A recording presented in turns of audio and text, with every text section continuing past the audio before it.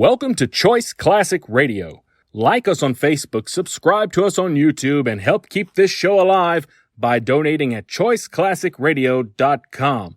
For more of your favorite old-time radio shows, join us on our companion podcast, Choice Classic Radio, Mystery, Suspense, Dramas, and Horrors, where we bring to you the most mysterious tales that the golden age of radio had to offer.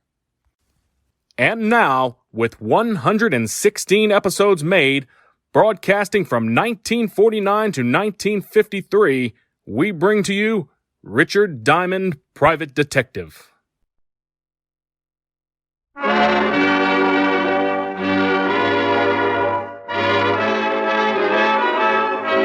makers of Camel Cigarettes present Dick Powell as Richard Diamond, Private Detective.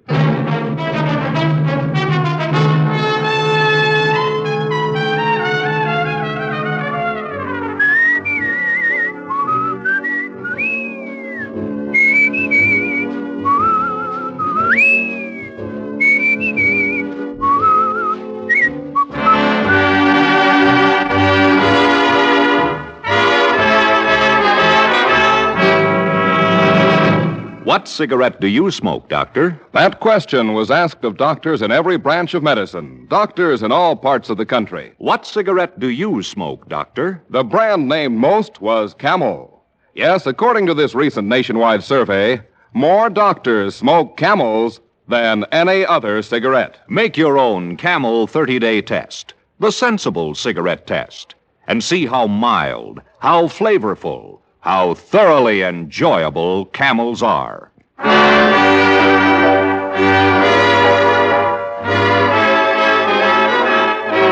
Here transcribed is Richard Diamond, Private Detective, starring Dick Powell.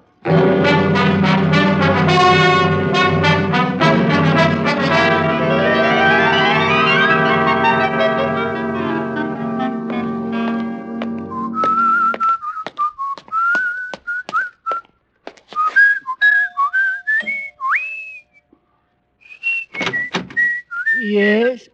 Oh, Mr. Diamond, come in, sir. Well, thank you, Francis. How's the pantry Einstein tonight? Oh, my goodness, sir. That was a dandy. Oh, you like that, huh? Oh, yes, sir. Well, chuckle along and tell Miss Asher Sweet and Frostbitten is downstairs. Right away, sir. I'll be in the study. Yes, sir. The snow is snowing. The wind is blowing. But I can weather the storm. Why do I care how much it may storm? I've got my love to keep me warm. Hi. Hi. What's new? Nothing with me. I want to know about you. Nothing much with me either, honey. What have you been doing for the last couple of days? Case. Oh. Got a nice big fat retainer. Oh. Yeah, oh. Look at the eyes light up. Well, I'm happy for you. Mm-hmm. Well, I don't want your money. But now that I'm independently wealthy, you figure you don't have to feed me anymore. Rick. Don't have to take me to any more shows. Stake me to an occasional chocolate malted. Oh, don't be silly. You know I don't mind. Just because I made a couple of $100. Couple of $100? Stop kissing my hand. Rick. You idiot. I have tickets for the ballet tomorrow night. Dinner at 21 after the show. Oh, Rick. Afterwards, read Nick. I love you. Of course. Now, I suppose you want to hear all about the case. Well, not unless you want to. Well, as long as it's If optional. you're too tired, some other time. It all started 3 days ago. You don't really have to. I can hear about it any time. I was sitting in my office. You don't have to put yourself Oh, up. shut up, woman. As I was saying, the whole thing started 3 days ago. I was sitting in my office reading Gaylord Hauser and soaking my feet in a tub of blackstrap molasses when the door opened and in walked 6 feet of mink cape wrapped around 5.5 feet of what little girls are made of. I remember thinking about the sugar and spice and everything nice, and even with the mink cape covering most of it, I decided that this little girl could have given a bee farm a nervous breakdown. Mr. Diamond, You have been reading the sign on the door. I'd like to hire you. Well, I'd like you to. I'll charge $100 a day in expenses. I want protection. From what? My husband. What's the matter? Can't he stand the pace? He's getting out of prison at 5 o'clock this afternoon, and he's threatened to make trouble. I think you better tell me the whole thing, Miss... Connors, Marilyn Connors. Okay. Who's your husband? His name's Joe Connors. Oh. You know him? Helped send him up 10 years ago. Armed robbery, wasn't it? Yes. He hasn't served all of his time, but he's being paroled. Go ahead. Well, since Joe was sent up, I had to find work. A man Joe used to work for gave me a job in his club. Martin Cope? Yes. Do you know him? Slightly. We're hating acquaintances. Mr. Cope has been very wonderful to me. I'm sure he has. I don't think I like that. Your husband doesn't either, huh? You're very blunt, aren't you? Like the front of a streetcar. I don't like your boss, and I don't like your husband. I think it's better that you know now before you make any investments and then have to fire me. You're the best private detective in New York. Only because I'm brilliant, shrewd, and loaded with talent. And a little ridiculous. Oh, sure. Add that on and just think what you're getting for a lousy $100 a day in expenses. Even though you don't like Joe and Mr. Cope, you'll still take the job? Look, Mrs. Connors, I've been honest with you about your husband and Cope. I never let personalities interfere in my business. A job's a job. Besides, I'm starving to death.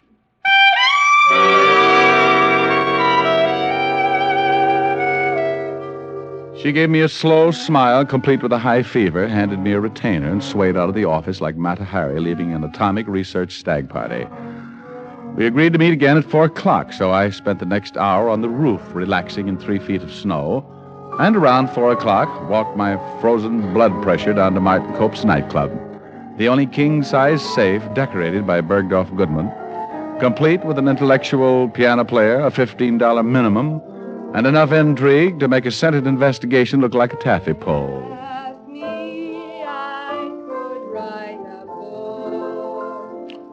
The girl who had been to my office earlier was standing on the edge of the empty dance floor rehearsing a song while the piano player was trying his best to overdo the accompaniment. I grabbed a chair and sat down to listen.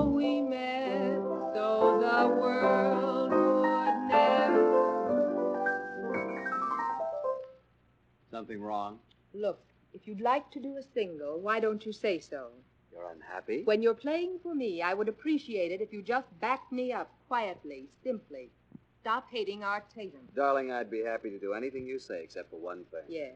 You can't sing. Why, you anemic excuse for a musician. You couldn't get a song right if you ran it through a player piano. Temper, darling. You listen to me, Bernie. I put up with you for a long time. You've put up with me? Yes, with you. Oh, I've let you mess me up night after night. You did that all by your little lonesome, honey. You just better remember who's paying your bills, honey. I get out here and break my neck to try and give a good show.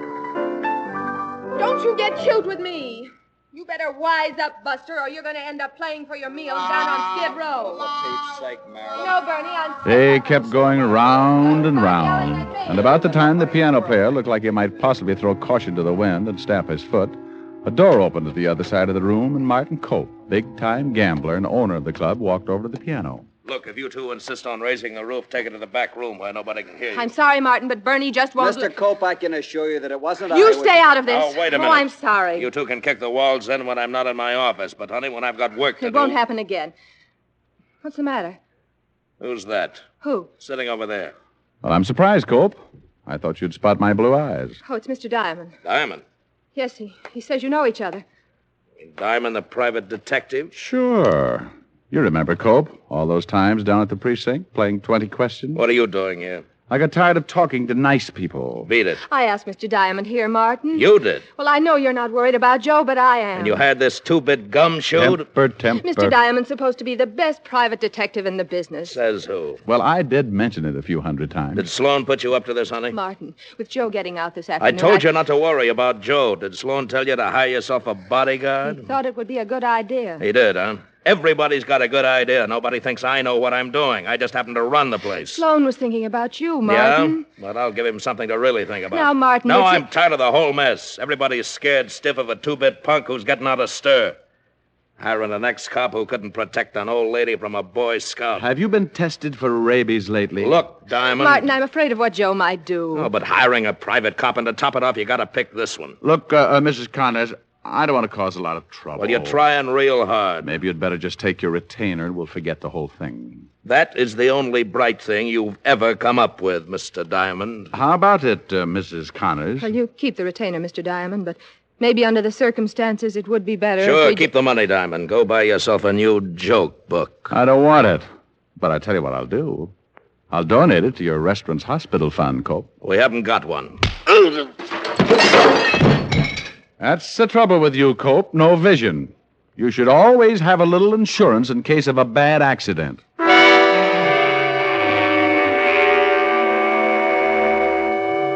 I left the club with Martin Cope stretched out on the dance floor and Marilyn Connors looking too startled to say much. Bernie, the piano player, accompanied my exit with a fast course of the funeral march, and I headed for my quiet little apartment. I napped for the rest of the afternoon, and by 8 o'clock I was appropriately dressed in my best blue suit. The other one being a casual sienna and suitable only for badminton and runyon hunting. I had paused to admire myself, surreptitiously humming a few bars of Temptation when,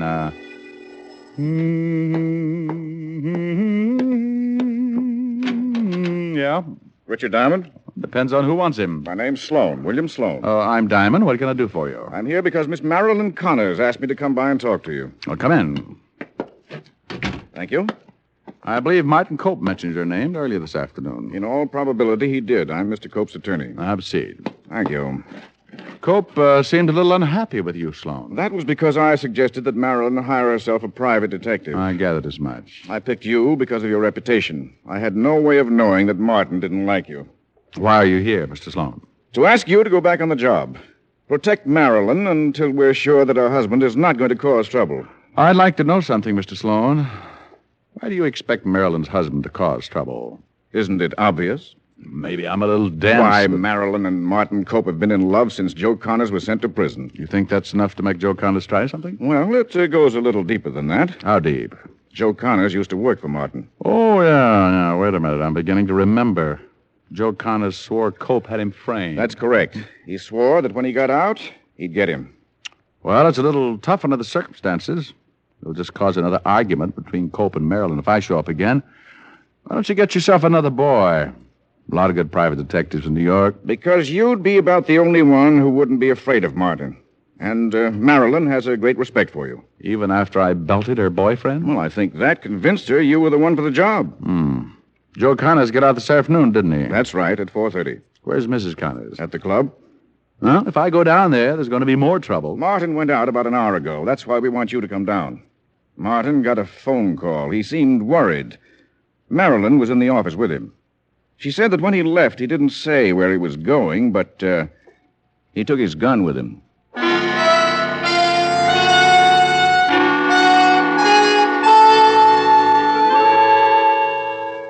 Sloan and I went downstairs, climbed into his car, and headed for Martin Cope's nightclub.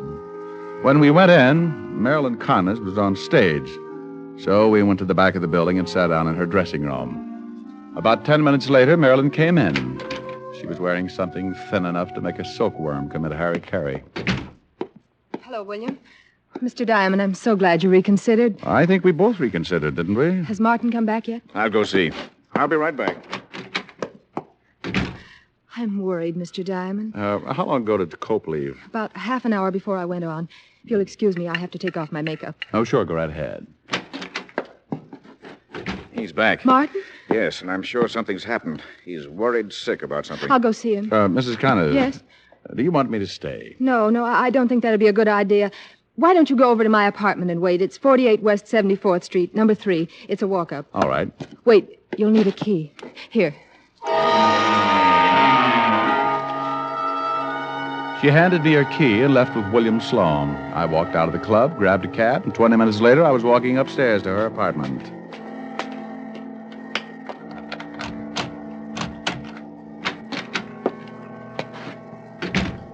The room was in darkness. I felt around for a light switch near the door. Then I froze. The room was still and quiet, but there was a smell in the air, a heavy, pungent odor that a gun leaves after it's been fired. The smell was cordite. I flipped the switch on and looked down at the dead body of Joe Connors, lying on his back, shot through the head.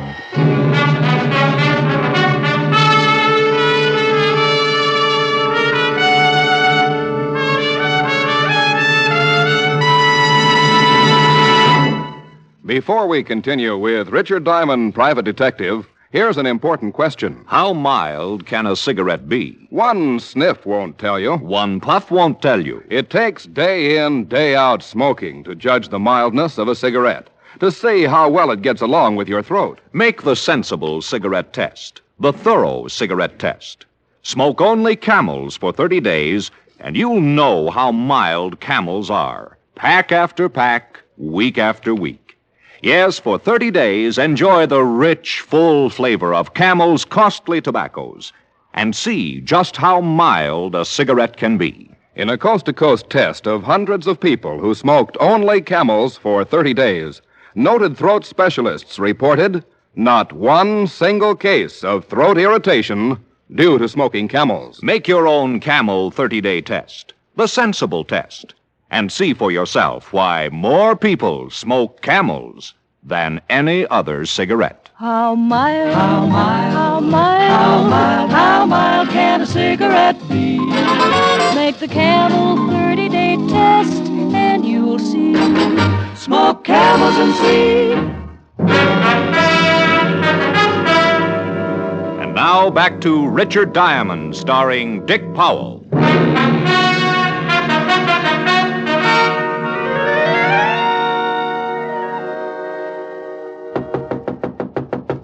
Who is it? The police. Oh, goody. Otis, Yeah? you're standing on my foot. Oh, sorry, Lieutenant. Well, good evening, Lieutenant Levinson. Who's dead, Diamond? Right over there, name's Joe Connors. Shot in the head, Lieutenant. Well, Otis is getting brighter. Who did it? How do I know? Whose apartment is this?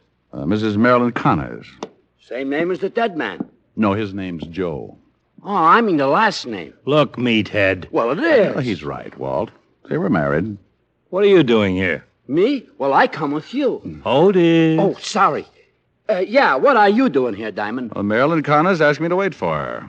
And let's all wait. Walt, have you noticed all the windows are locked? So it's cold out. Well, let's not wait.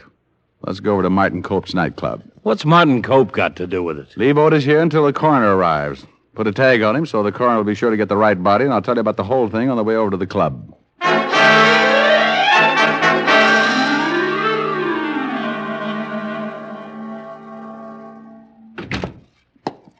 Lieutenant Levinson to see you, Martin. Oh, hello, Lieutenant. Hi. What are you doing here, Diamond? He's with me, Cope. You own a gun? What is this? He said, do you want a gun? Yeah, so what? Mind if I look at it? Okay. It's loaded. Let's see. Been fired. You're nuts. Rick. Has been. What is this? I haven't fired that gun since I owned it. You took it out of here with you, didn't you? What's that to you, Diamond? You took it out tonight, didn't you? Don't answer that, Martin. Now look. Let's go down to the station. What for? Martin, you knew Joe Connors, didn't you? Yeah. Well, somebody shot him. You think Martin, don't say any more. Well, I'm surprised at you, Sloan. You were the one who told me Martin took the gun with him. You did? How the devil did I know Diamond would go to the police? What were you doing with Diamond anyway? Marilyn hired him. And fired him. She hired him again tonight. He was working for her. Anything I told him was in confidence. Murder just isn't confidential, Sloan. Look, wait a minute. Yeah, you're right. I went out to see Joe Connors. He phoned me. Martin. I didn't kill him, though. Yeah, I took my gun, but I didn't use it. He was dead when I got there. You went to Marilyn Connors' apartment? That's right. Well, let's all go down to the station and have ballistics check on this gun. And in the meantime, Cope, I'm holding you on suspicion of murder.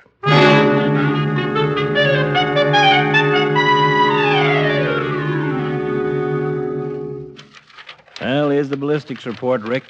Cope's gun was the one that did the job. Slug they took out of Connors matched. Now let's talk to Marilyn Connors and Sloan again. Why, we've got our boy. Just want to talk to them. Send in Miss Connors and Mr. Sloan. Now, what have you got on your mind, Rick? Oh, I was just thinking about all the windows being locked. So what? You want to see us, Lieutenant? Mr. Diamond does. Have a chair. Mr. Diamond, I'm sorry things worked out this way. Well, so am I. Oh, here's your apartment key. Thank you. How many people have a key to your apartment, Mrs. Connors? What? Martin has the only other one. Mm-hmm. What time did Martin get that phone call? Oh, about 7:30, I guess. I got to the club about 7:15. Martin usually comes in about 7:30. I met him in his office, and he got the call. And he took the gun and left right away? It's all right. Martin has already admitted taking the gun. Yes, he took the gun and left almost immediately. Where were you, Sloan? At home? I got to the club just after Martin left. Marilyn told me what had happened, and I came right over to you. Oh. Well, all right. Thank you very much. That's all? Are you going to defend Mr. Cope? I doubt it. I don't think he wants me to. Well, thank you very much. We'll be talking to you. Goodbye, Lieutenant. Mr. Diamond. So long. Goodbye. Bye. Now, what was all that about? I want to talk to Martin Cope. Rick, now look. I want to talk to him. I want to find out how Joe Connors got into a locked apartment without a key.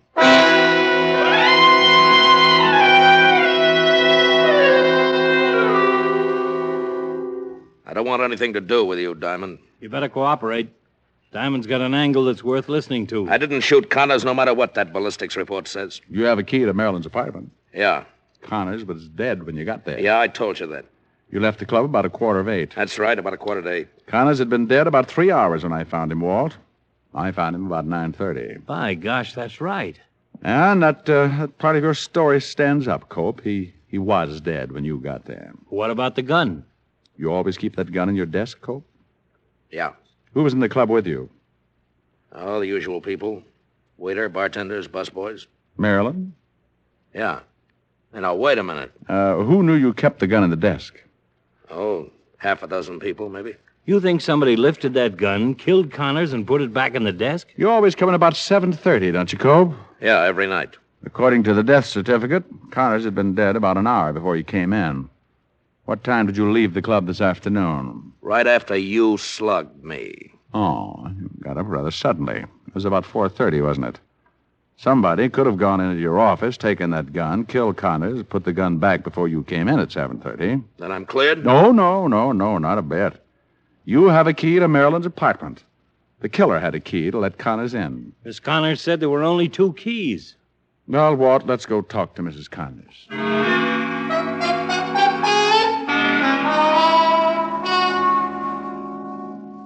Mrs. Connors, where were you around 7 this evening? 7?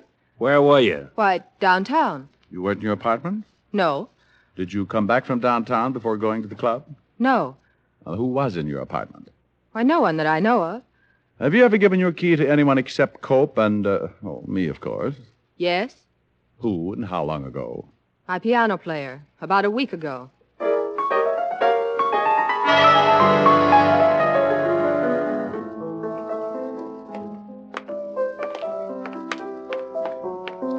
Hello, Bernie. Hello. Oh, hello. You're the nice man who slugged Mr. Cope this afternoon. Let me buy you a drink. No, thanks, Bernie. This is Lieutenant Levinson. Lieutenant? Hi. What time did you get to the club this evening, Bernie? Oh, about 7:30. Why? The cook says he saw you come in around 7:15. 15 minutes one way or the other. Where were you at 7 o'clock, Bernie? My house, I guess. Bernie, we checked with the state prison. They censor letters up there. Do they? Mm-hmm. A man named Joe Connors got a letter 2 days ago telling him to meet someone at Mrs. Connors' apartment around 6:30 this evening. What's this all about? Well, we'd like to have you come down to the station for a paraffin test, Bernie. A paraffin test? Yeah, we can determine if anyone has shot a gun in the last 48 hours. Oh. When did you take Mr. Cope's gun, Bernie? Right after he left this afternoon. You had a duplicate key made from the one Mrs. Connors gave you several days ago? Mm-hmm. The Green Hardware Shop, I believe, over on 64th Street. Why'd you do it? Oh, love, hate, lots of reasons. What difference does it make? For a week now, I've heard him talking about Joe Connors and what he might do when he got out. I saw a chance to get rid of Martin Cope, so I had the key made, wrote Joe Connors a letter, and killed him with Mr. Cope's gun. After you killed Connors, you came back, put the gun back in the drawer, and when Martin Cope came in, you called him and said you were Connors. From that phone booth right over there. Were you in love with Marilyn Connors? That is an extremely earthy question that can do no good at all. Well, let's go, Lieutenant. I was getting tired of playing the piano anyway.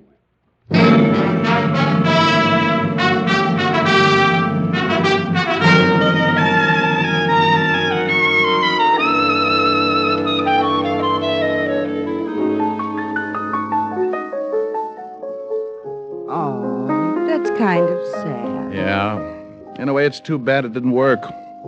Think what Marilyn Connor's in for when she marries Martin Cope. Oh, speaking of Marilyn Connors, You certainly did take a lot of pains describing her attributes. Oh, really? Well, it wasn't painful at all. Was she really that pretty? Pretty. Well, I'm jealous. Well, don't be. She had one thing that was wrong. What was that? She had long blonde hair that hung all the way down to the floor. Well, that sounds beautiful. But it was her mustache. Better sing something, huh? I think you'd better. What would you like? Anything that will make up for that last remark. I thought it was pretty clever. Just sing. Okay. How about this? Maybe I'm right, and maybe I'm wrong. Maybe I'm weak, and maybe I'm strong. But nevertheless, I'm in love with you. Maybe I'll win, and maybe I'll lose. Maybe I'm in for crying the blues. But nevertheless, I'm in love with you. Somehow I know at a glance the terrible chances I'm taking. Fine at the start, been left with a heart that is breaking. Maybe I live a life of regret, and maybe I'll give much more than I'll get. But nevertheless, I'm in love with you. Oh, that's better. Thank you. Rick, I'll bet she really did have pretty hair. Oh, I guess so, but she kept it all rolled up on her head. Well, what's the matter with that? I like yours better. I wear mine up. Yeah, but I've seen you with your hair down. Rick. Come here. Rick?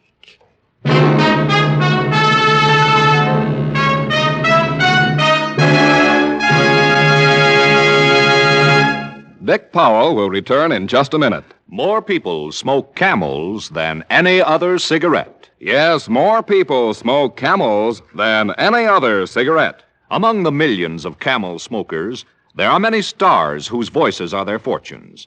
John Wayne, Reza Stevens, Martha Tilton are a few.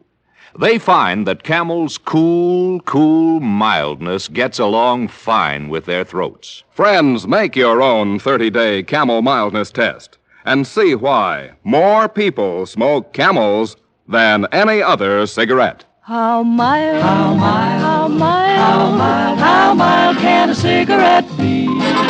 Make the Camel 30-day test and you'll see.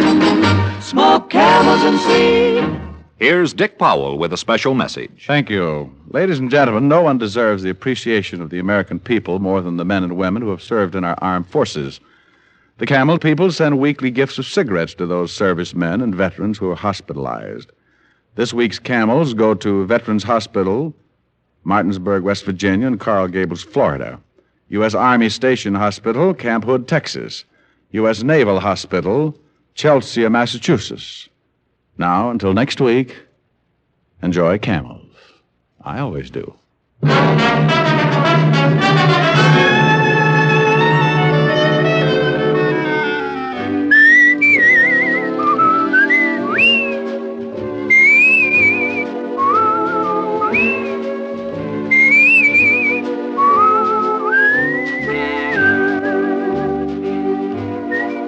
Tonight's adventure of Richard Diamond, starring Dick Powell, was written by Blake Edwards. Our director is Helen Mack.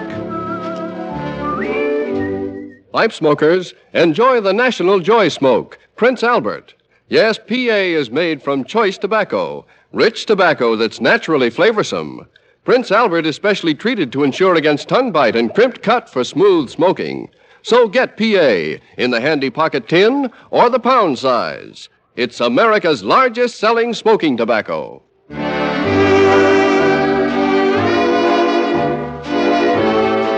Listen next week for another exciting transcribed adventure of Richard Diamond, starring Dick Powell. This is Your FBI. The official broadcast from the files of the FBI follows immediately. Stay tuned. This program came to you from Hollywood. This is the American Broadcasting Company. That concludes today's episode. We'd like to thank you and remind you to donate at choiceclassicradio.com. Remember, your donations make episodes like this possible.